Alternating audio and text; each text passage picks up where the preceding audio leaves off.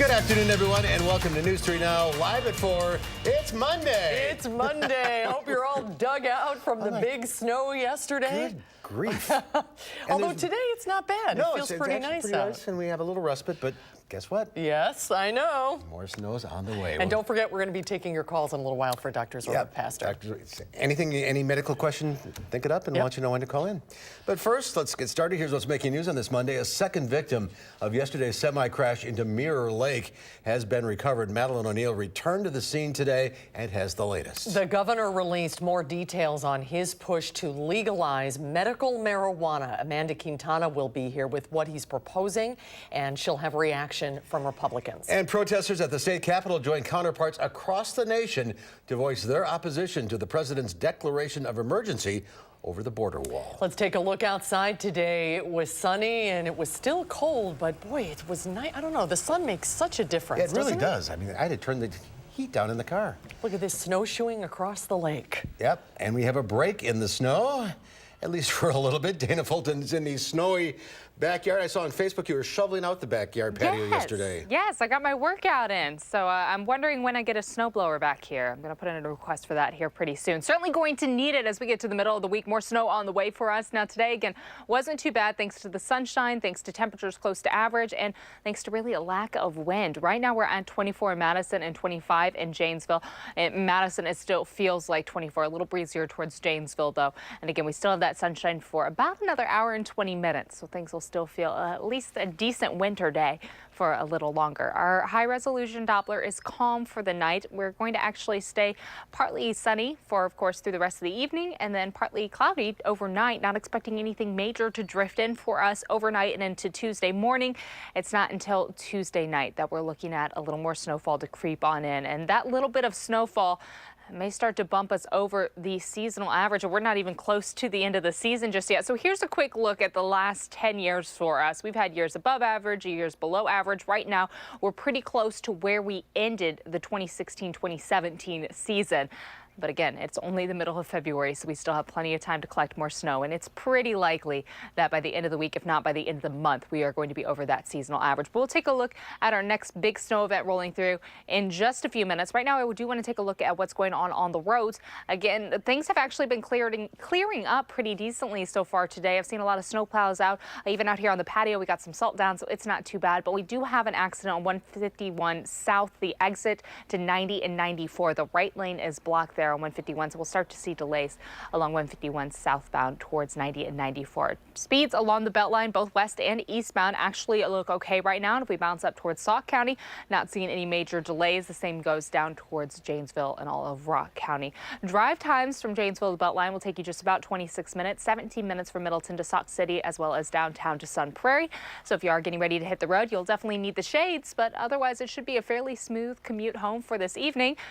May not be able to say the same, though, for other days coming up this week, as we do have some more snow in the forecast. Yeah, it's a big change from this morning's commute, that's for sure. Absolutely. We have a snowblower somewhere around this building, so... All right, I'm on the hunt. We'll find it for you, Dana. All right, Dana, thanks. We'll see you in a few minutes. First at 4, divers have found the second body of a woman involved in a semi-truck crash off Interstate 90 into Mirror Lake Sunday morning. Officials are also identifying the man they found yesterday as Timothy Green of Kentucky. Our Madeline O'Neill is just back from Sauk County with the latest. Maddie?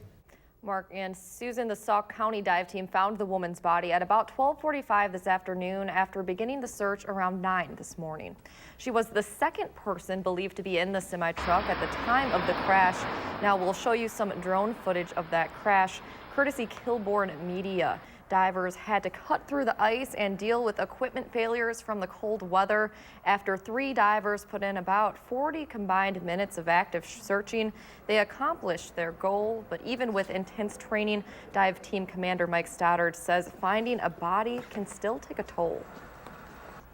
That's definitely, something that we deal with, not only just diving, but in law enforcement, that's something we deal with all the time. And We don't know yet the identity of the woman, and State Patrol says the cause of the crash is still under investigation. Now, a semi-truck went into Mirror Lake in a similar situation about 8 years ago. I spoke with a spokesperson with the DOT. He says that area is not a high crash location, and this incident was probably driver error, so it's not currently being looked at for safety improvements. Yeah, tough scene, regardless. Madeline O'Neill, thank you.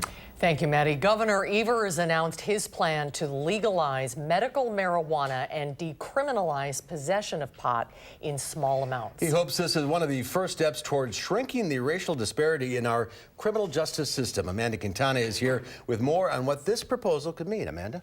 Yes, well, this would make both medical marijuana and CBD illegal in Wisconsin. Access to medical marijuana would be regulated by the Department of Health Services and DATCP, so a doctor would need to recommend a patient suffering with a debilitating medical condition, including cancer, chronic pain, severe nausea, or PTSD. To get CBD oil, you wouldn't need a doctor's certification. In addition to medical use, Governor Evers is proposing decriminalizing marijuana under 25 grams. He's calling this a small but critical piece to addressing racial inequities. The bottom line is that we're spending too much money prosecuting and incarcerating people, and often people of color, for nonviolent crimes related to possessing small amounts of marijuana.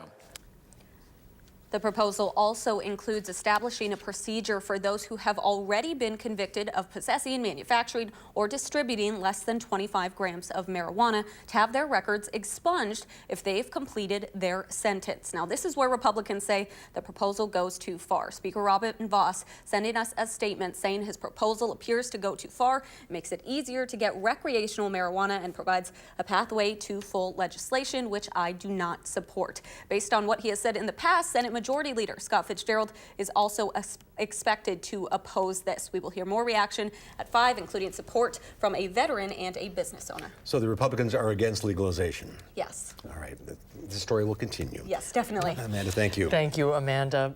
Demonstrations against President Trump's national emergency declaration for a border wall were held across the country, including here in Madison. Protesters held a demonstration in the state capitol rotunda, holding up signs and chanting, "Immigrants are welcome here." Legal as well as congressional challenges await the president when he returns from Florida. Natalie Brand has more details from the White House.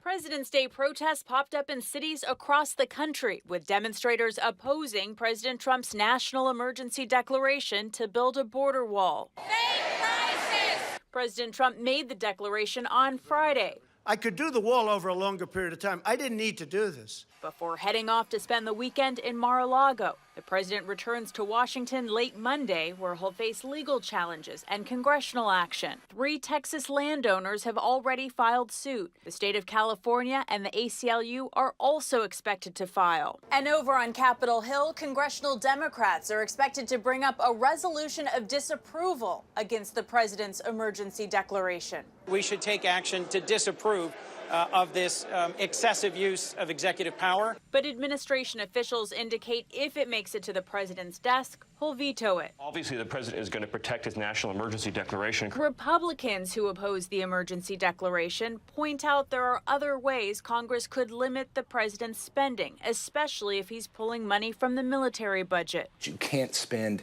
$8 billion in the next 6 months. And so what I think you're going to see in the next appropriation cycle is restricting some of that funds. This battle over the border is expected to continue to play out in Congress, the courts, and the public square. Natalie Brand for News 3 Now. According to a CBS News poll that was conducted earlier this month, 66% of Americans oppose a national emergency declaration for the border wall. And President Trump reacted today to last night's interview on 60 Minutes with former acting director of the FBI, Andrew McCabe. McCabe says President Trump's decision to fire FBI Director James Comey, who was at the time leading an investigation into Russian meddling interference, is what triggered a new Bureau investigation into the president in May of 2017. President Trump tweeted this morning McCabe, quote, was fired for lying, and now his story gets even more deranged. He and Rod Rosenstein, who was hired by Jeff Sessions, another beauty, looked like they were planning a very illegal act and got caught. I believe I was fired because I opened a case against the President of the United States. The White House says McCabe was discredited when the Department of Justice determined he lied to DOJ investigators about an FBI leak to a newspaper. McCabe denies intentionally misleading FBI investigators and says he is considering suing to get his retirement benefits. Are you having trouble finding a new house? Part of it could be that senior citizens are staying in their homes longer, causing a shortage in available housing for younger people. Economists at Freddie Mac estimate over 1 million homes are not on the market because owners ages 78 to 88 are keeping their homes. 72 to 77-year-olds account for another 300,000 homes being held off the market, while early baby boomers are hanging on to another 200,000 homes. There are no stock numbers to report today. Wall Street was closed for the President's Day holiday. The number of push-ups a man can do may be a good indicator of his risk for heart disease. A new Harvard study finds men who can do more than 40 push-ups during a timed test are 96% less likely to develop a cardiovascular problem. According to the American Heart Association, as of 2016, nearly half of U.S. adults deal with some sort of cardiovascular disease.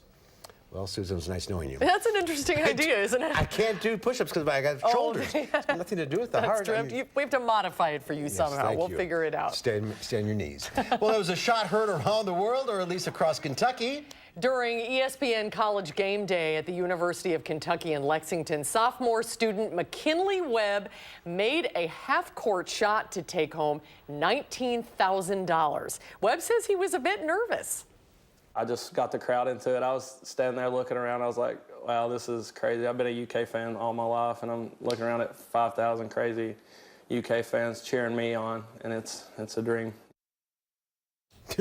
Webb, that is a great shot. Webb says he's studying neuroscience and thinking about a career in optometry. He will use his winnings to, what else? Help with tuition. Well, his eyesight is certainly good. Yeah, that's so if he's true. going into optometry, that's true. That's quite a shot. Well, there's more to come at 4. Our film critic Will Loper joins us. We'll find out what Will thinks of the new comedy Isn't It Romantic, starring Rebel Wilson. That's when Live at 4 continues.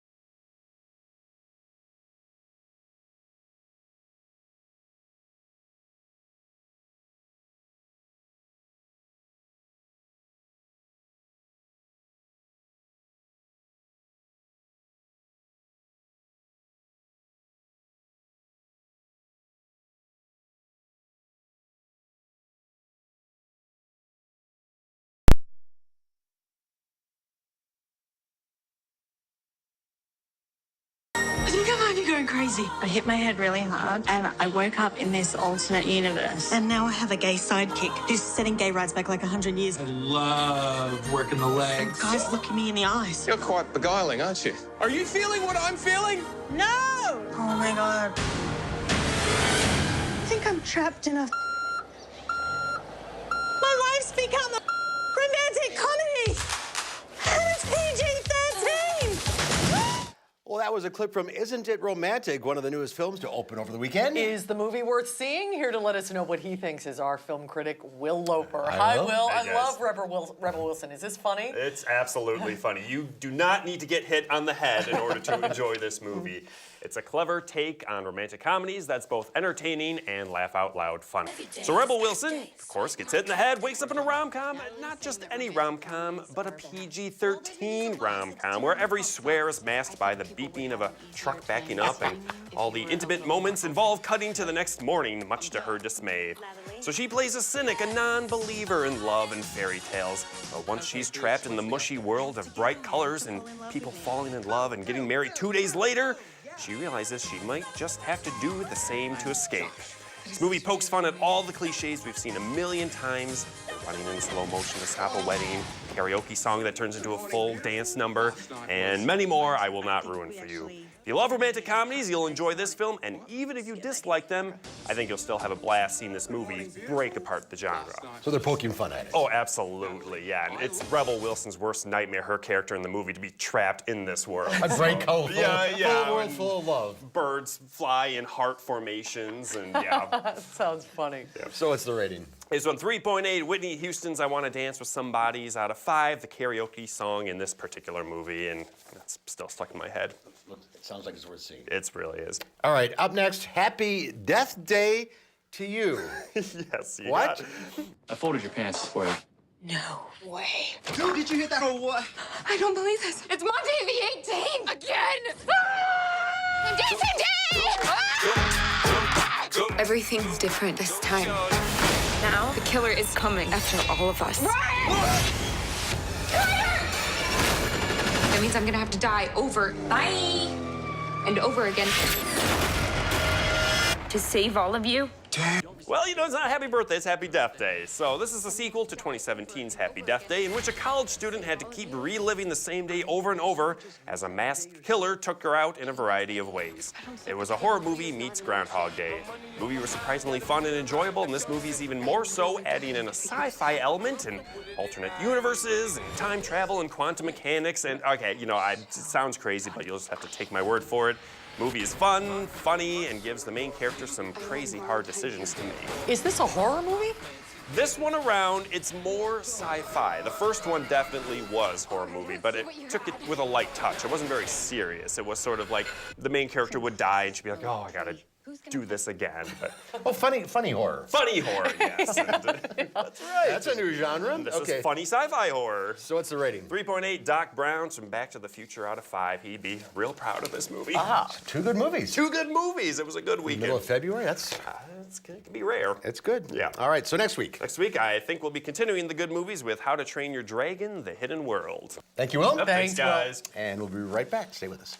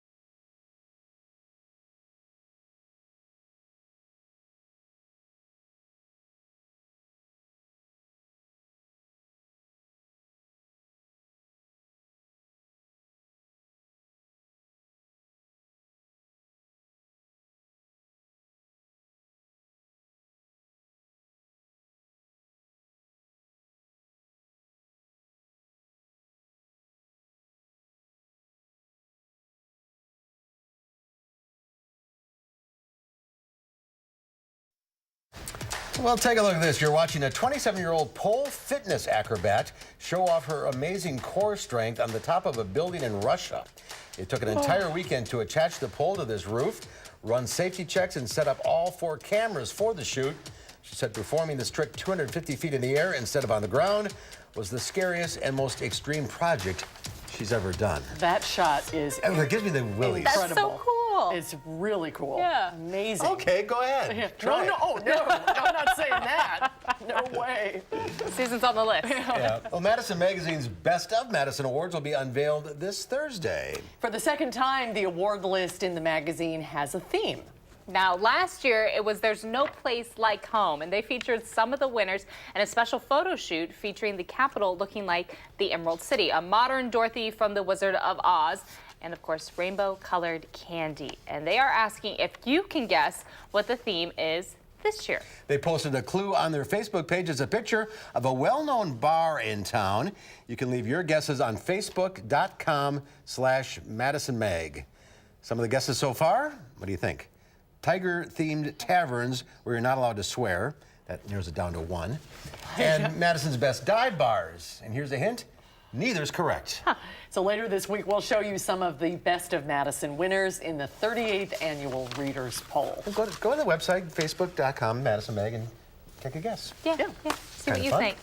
I think I'm done with snow. I'm sorry. I will have to say, because Mother Nature is not done giving us snow. We are looking at snow for the middle of the week, another big event coming through, and we're keeping our eye on the weekends. We'll take a closer look at what's ahead with your forecast right after the break.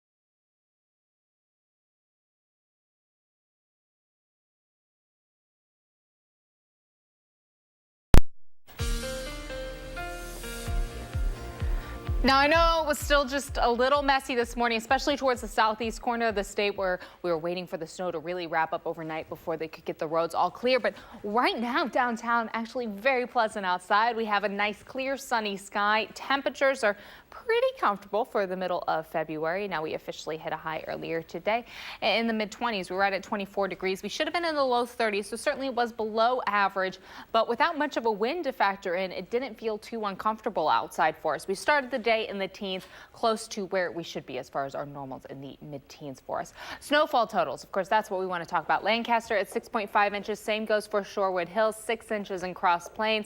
Maple Bluff at 5.4. Madison right in the upper 5 inches. It depends on which side of town you're at. Here at the station, we picked up at about 5.8 inches. I know some areas reporting a little closer to 6 inches, closer to Monona, and then a few areas closer to Middleton, a little around 5.5 inches. So it really depends on which side of town you're at in Madison, how much you actually saw. Mount Hope at about 5 inches, and then Beaver Dam closer to 2.5.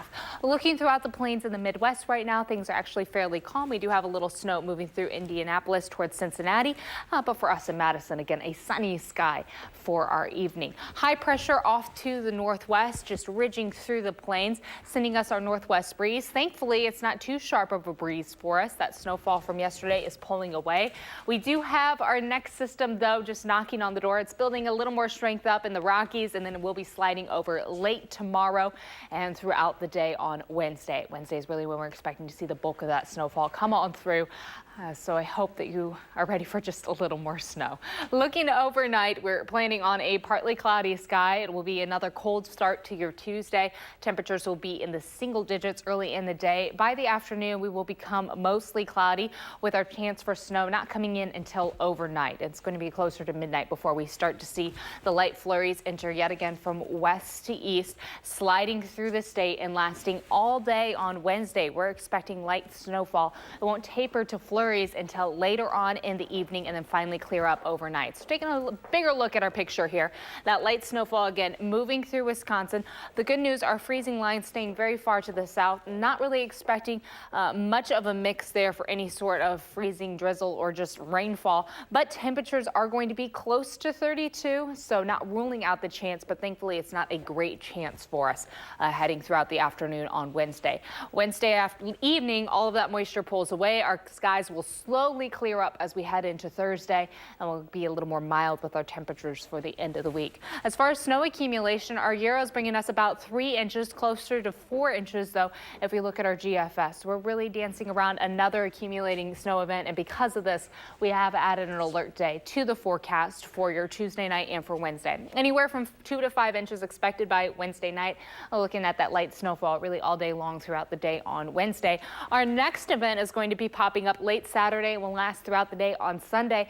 That may be a little more messy because it's going to include all of that mixed precipitation. Sleet, freezing rain, rain possible. It's not going to change to snowfall until Sunday. And of course, any ice opportunities mixed in with the snow just make the roads much more dangerous. Overnight will fall close to 2 degrees. It will be partly cloudy and quite cold early in the day. For tomorrow afternoon, we will be in the mid-20s, partly sunny in the morning. And those clouds will build in later on, and that snow chance will come in late in the day and last throughout the day on Wednesday. So there's that alert day again for us on Wednesday. 2 to 5 inches of snow expected. Mild temperatures as we end the week heading into Saturday. And that alert day on Sunday is really the concern for some messy roads. Minor snow accumulation possible, but the transition from rain to sleet to snow and back and forth could be quite messy throughout the day on Sunday. But yes, temperatures are going to become a little more mild. We should be in the low 30s for afternoon highs. So the last few days of being in the 20s, it's been just a little chilly outside. And by the time we get towards Friday and Saturday, it'll actually be quite a bit above average for us to wrap up the week. I am running out of room for snow. It was snowmen. Build a snowman. Build a snow Louie and snow Lola. And just have them. Yeah, I think that's where it's hard is when you're turning. Where you're turning out of driveways or turning at streets. The snow is so high. Right, you can't see around. I know. Yeah, slowly creeping up, and I think everyone just being patient and being aware of other people is the best way to get through it right now because everyone's going through it. That's good advice. And for those of you complaining about no snow in December, hey, it's here. It's here. Thanks. Thanks a lot. Certainly here. All right, thank you, Dana. Thank you, Dana. Well, the toy business can be a tough one. But one young entrepreneur is making it look like child's play. Hillary Lane reports. And he has a jetpack. Like most 7-year-olds, Ryan loves playing with toys, but he's the kid on the box. What is it like to see your face everywhere around toys? Cool because I can see myself a lot and I have a lot of toys. But also creepy because if you see your face around a lot, it's gonna be weird. We caught up with Ryan at the Toy Fair in New York, where he's releasing new toys. Combo Panda! Hi, Ryan. Hi, Mommy. Ryan's parents, Loanne and Sean, started posting videos of Ryan playing with toys back in 2015, and they soon went viral. Forbes says he was last year's highest paid YouTube star, raking in $22 million. That popularity led to a line of toys now selling at Target and Walmart. And his empire is growing, with a new series debuting on Nickelodeon later this year.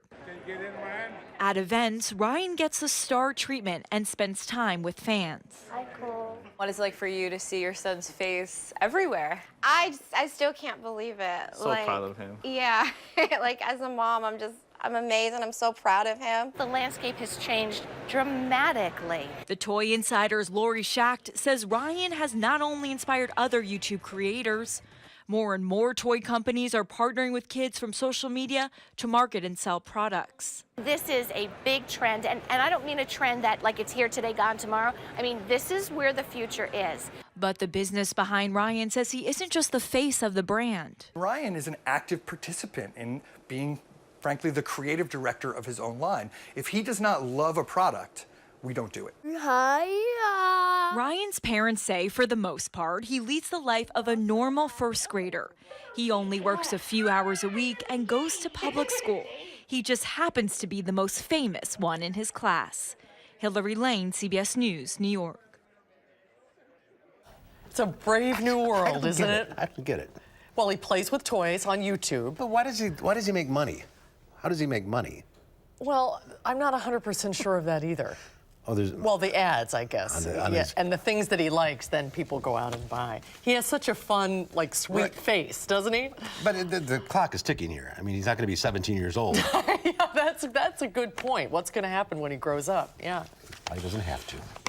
All right, when Live Before continues, we'll meet our Pet of the Week. Marissa DeGroot from the Dane County Humane Society is here with June. We'll meet this 2-year-old shepherd mix. Oh, what a good girl when Live at 4 continues. Look at that face.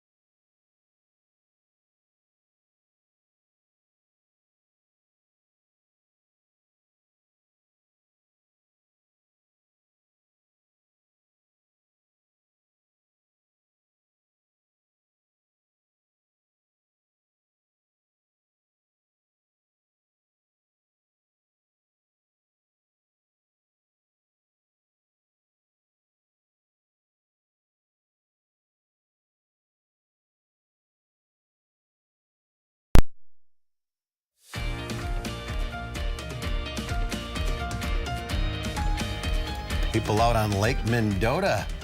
Boy, it's winter, isn't it? Yeah, today would be a perfect day to take a walk across the lake. The ice won't be here much longer. Well, it's here now. And it's also time for Potentially Yours here on Live at 4. Marissa DeGroot from the Dane County Humane Society is here. Hi, Marissa. Hi. Who did you bring today? Well, we've got the sweet little June here, and she is about 2 years old and a little shepherd mix. How are you? She could not be sweeter. So Right. calm and just wants to, she's like a two-lap dog. Yeah, it's a two-lapper here. Yep. So I heard shepherd mix. I didn't expect a dog her size. Yep, and at 2 years old, this is full grown for her, so she's going to stay pretty petite, but though not quite a lap dog.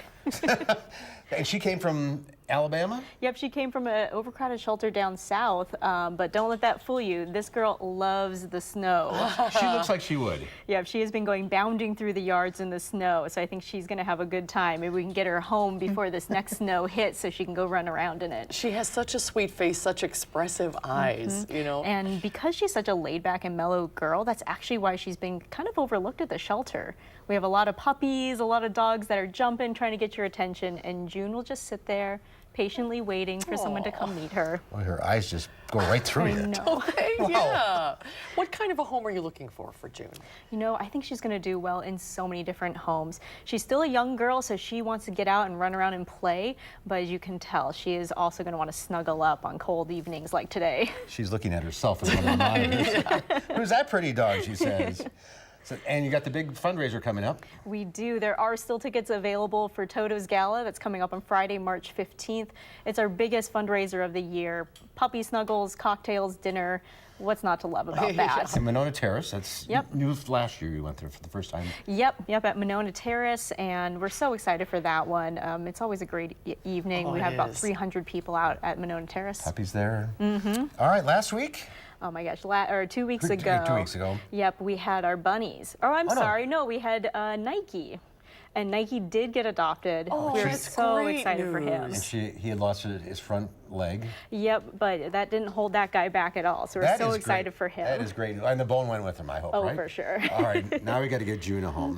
You're starting to perk up here a little bit. Yeah. She is just so I know. How can you say no to this face? Look at that face. No. Marissa, thank you. Go Thank to the you. website, giveshelter.org, for information on June and all the pups available. 8380413, the phone number. When we come back, we're taking your calls for Dr. Zorba Pastor next. If you'd like to talk to Zorba, call now at 270-9933. Zorba standing by at his clinic in Oregon. Hi, Zorba. What are we talking about? We're going to talk about diet soda and whether there are new side effects that you should know about. June.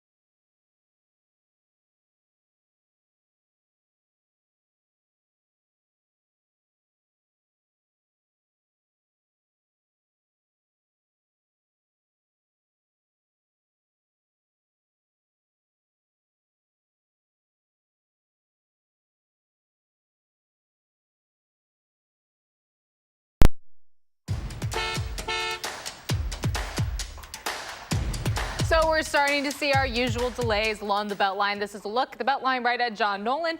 I notice, of course, eastbound starting to slow down just a little bit. Westbound seems to be rolling along a little smoother in that direction. Much of Madison seeing the usual brake lights right now. Nothing out of the norm and no accidents to report. So eastbound, of course, closer to John Nolan starts to get down to about 30 miles per hour, 35 a little further west, and then getting closer to Gammon Road at about 58 miles per hour. Now the westbound side all looks okay. A little slower the closer you get to Seminole Highway. But no major hiccups on the westbound side. Looking up towards Sauk County also looks good, and then down towards Janesville, a few brake lights downtown and also on 39 South. But again, no accidents or major delays for us looking at the roads right now.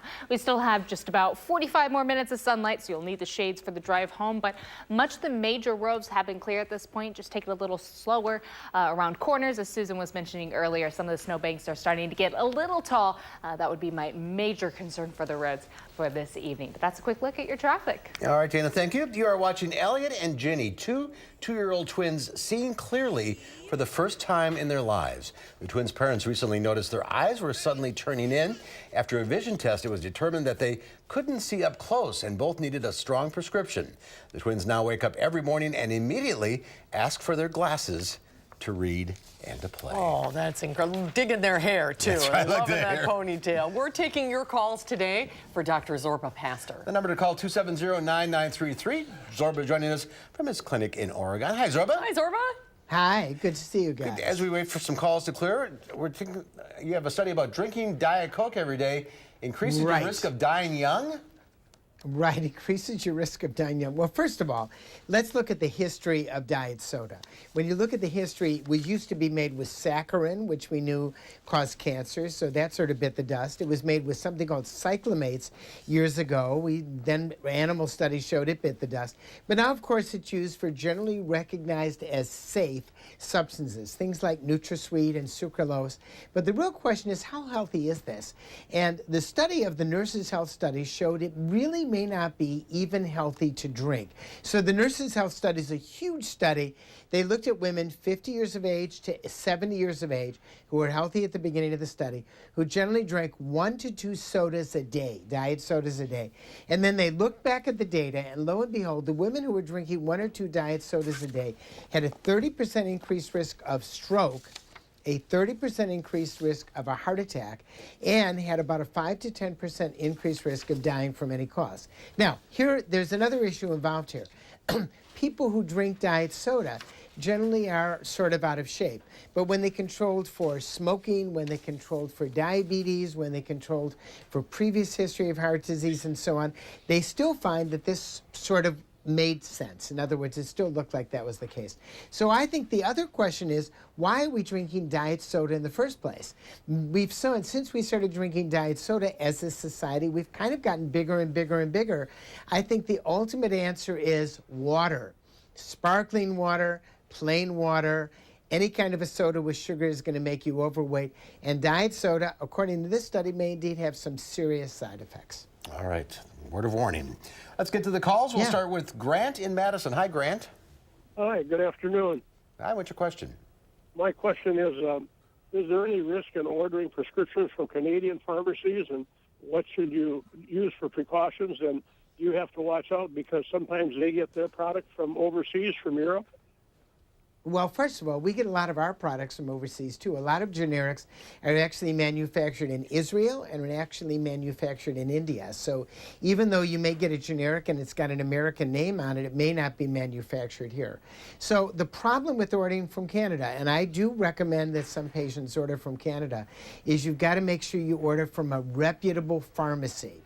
Now, what's a reputable pharmacy? Well, that's exactly where it comes in. Who's going to say that it's reputable enough? But there are a lot of people who order from Canada, and they do just fine. I think it's the pharmacy. It's not where it's manufactured, but it's the pharmacy itself. And I can't tell you exactly which pharmacy I recommend, because then I'm going to actually say that I assure that it's fine. I know I have a number of patients who order from GoodRx.com. They look on GoodRx.com, which is an American website, and then they find a pharmacy on that. But not an easy thing to answer. Okay, that's a reference point. Yeah. All right, let's go to Rod in Plymouth. Hi, Rod. What's your question? How do I increase my penis size? Oh. Oh, you know something?